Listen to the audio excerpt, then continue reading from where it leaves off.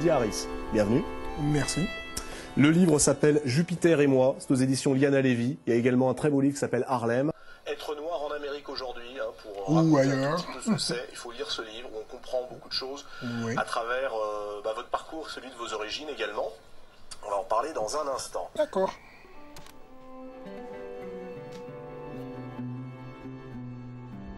The Mississippi River is laden with the burdens of a nation. Le Mississippi charrie le fardeau d'une nation. Ainsi s'ouvre Mississippi Solo, le tout premier livre d'Eddie Louis Harris.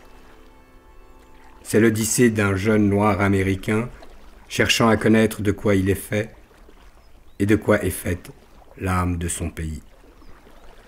Mais qu'est-ce qui a incité cet Américain, épris de culture française, à jeter l'ancre sur les bords de la Charente?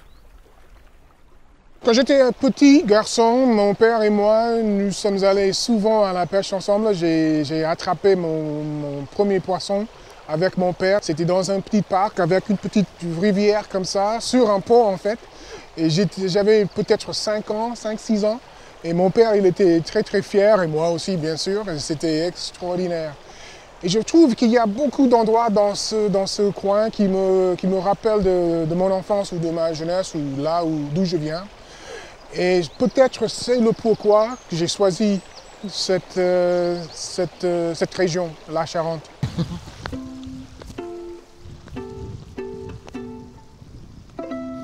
Eddie Harris est un personnage facétieux, drôle, un homme digne, sincère et libre.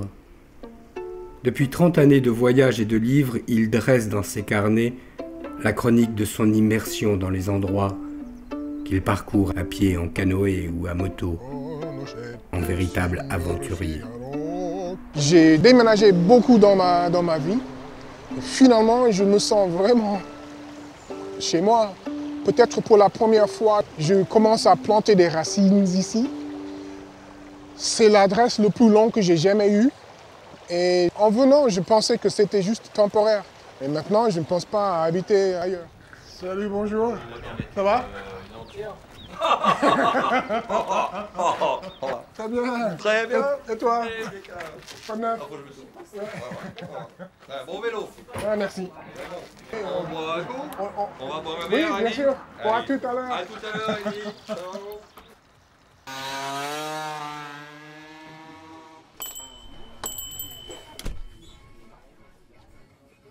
Sans rien. J'espère qu'ils font que des plats américains. D'où là-dedans, des serments. Voilà. Ça fait un mois. Qu'est-ce qu'il y a? Oh. Voilà.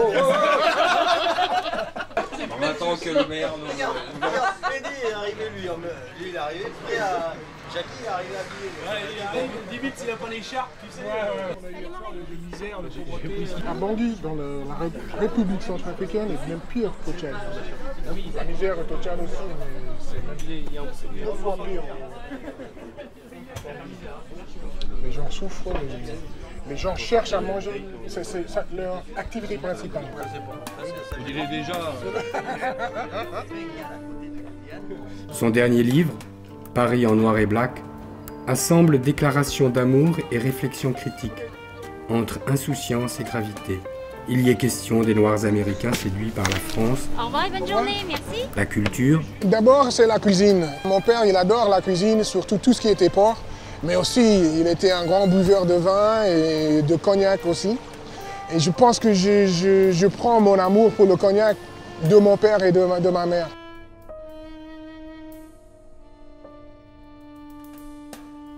En suivant Eddie Harris, la destinée croise toujours l'autre.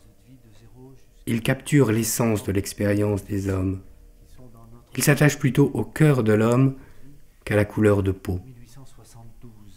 Nous finissons par ressembler à ceux parmi lesquels nous vivons. Puisque nous avons des cognacs qui vont de 0 jusqu'à 15 ans. Là, ici, nous arrivons donc sur une série de barriques où les cognacs sont de 2003. Alors, je vais vous montrer. Alors, il faut savoir que l'eau de vie de cognac, au départ, c'est une eau de vie blanche, ardente, puissante, qui va donc s'affiner et qui va changer de couleur. Puisque vous voyez, maintenant, on arrive sur une belle couleur ambrée. Et vous allez goûter ça. voilà, au bout de 7 années, ce qui est relativement jeune pour un cognac.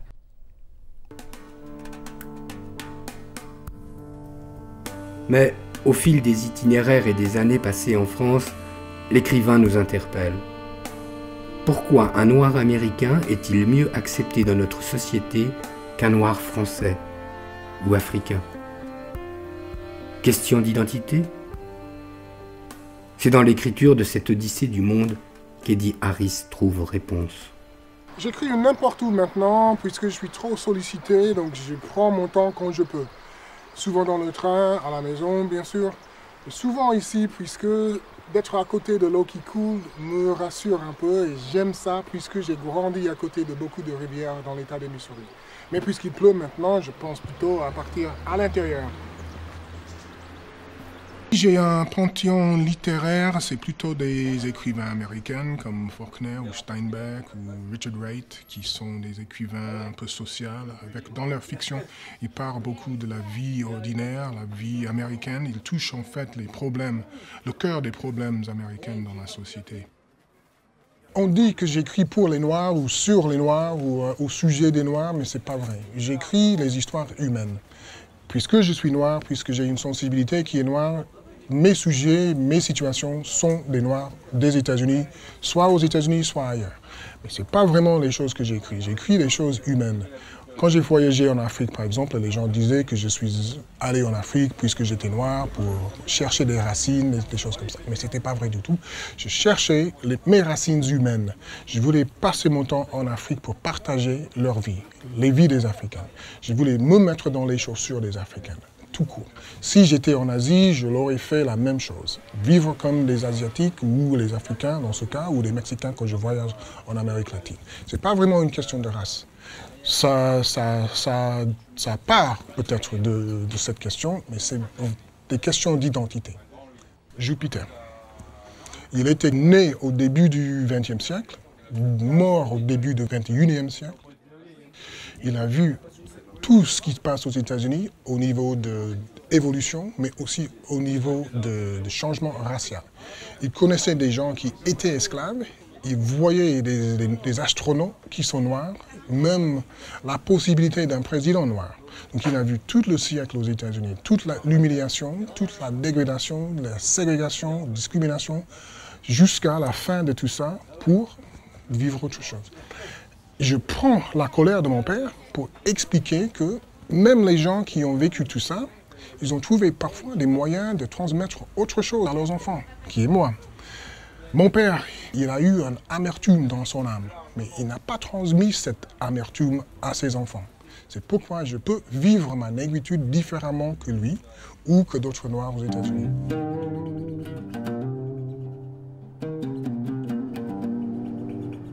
Du Mississippi jusqu'à la Charente, d'Harlem jusqu'à Rochefort, Eddie Harris est libre. Libre de s'en aller, libre de rester, libre d'écrire.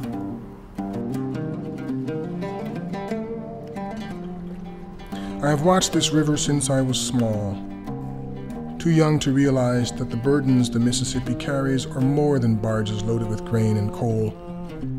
That the river carries as well sins and salvation, dreams and adventure and destiny.